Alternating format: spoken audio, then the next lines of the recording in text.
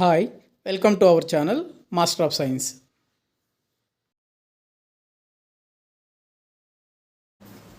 Okay.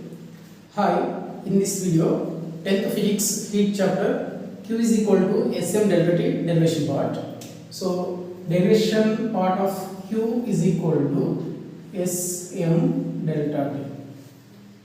So, for the derivation of this formula Q is equal to Sm delta T, we need two equations. The two equations are we get from small activities. So, for the first activity is we can take a one small beaker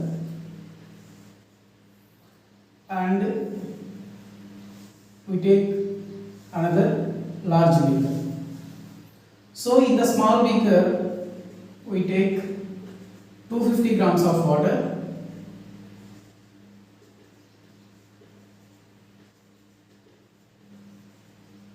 and in the large beaker we take 1 kg of water.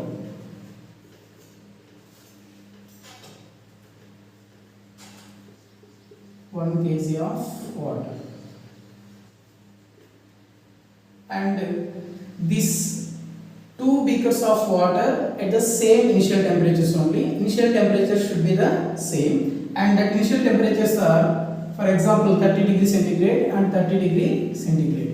By using the thermometer, we can find out the initial temperatures. For example, that is at 30 degree centigrade. Now we can give some heat to these two beakers, and because of you are giving a heat, the temperature rises to 60 degree centigrade, and this beaker also 30 degrees to 60 degree centigrade of temperature,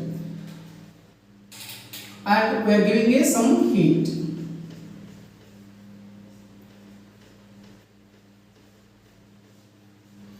So my question is, how much of time taken to reach the 60 degree centigrade, and this beaker takes how much of time to reach the 60 degree centigrade of temperature. Here the less amount of water, here the more amount of water. That means here the less mass, here the more mass. So we are giving some heat. 250 grams of water maybe definitely reaches the first. That means from you can find out the heating times, how much of time it takes the small beaker and how much of time taken by the large beaker. So we can find out the heating time. That means we can note the heating time. So here also we can find out the heating time. For example, it takes 5 minutes to reach the 60, and it takes 15 minutes time to reach the 60 degree centigrade of temperature. So 5 minutes of heat is given, definitely it reaches to 60, and here the large beaker are giving a more heat energy to the water to reach the 60 degree centigrade of temperature. We can find here change in temperature delta T, here 30 to 60, here also 30 to 60. So change in temperature is constant. Change in temperature is constant. Here also change in temperature delta T is constant. For same change in temperature, the substance absorbed by the heat directly proportional to its mass. That means here the less mass and heat also less. Here the more mass and the heat also more. So from this one we can find out or conclude that Q directly proportional to M. Here the delta T is constant. And this is known as equation 1. Q directly proportional to M. Q is nothing but heat. M is nothing but mass. So less mass, less heat, and more mass, more heat. In the previous activity, we get one equation, that is Q directly proportional to M. Here the delta T is constant. So this is taken as a equation 1, and we need one more equation to derive the Q is equal to Sm delta T. For the second equation, we do one more small activity. That small activity is we can take two beakers.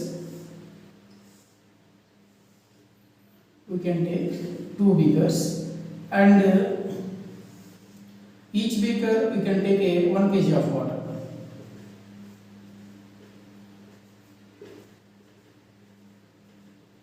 So here 1 kg of water, and here also 1 kg of water. Here we are giving a some less heat, but here we are giving a more heat,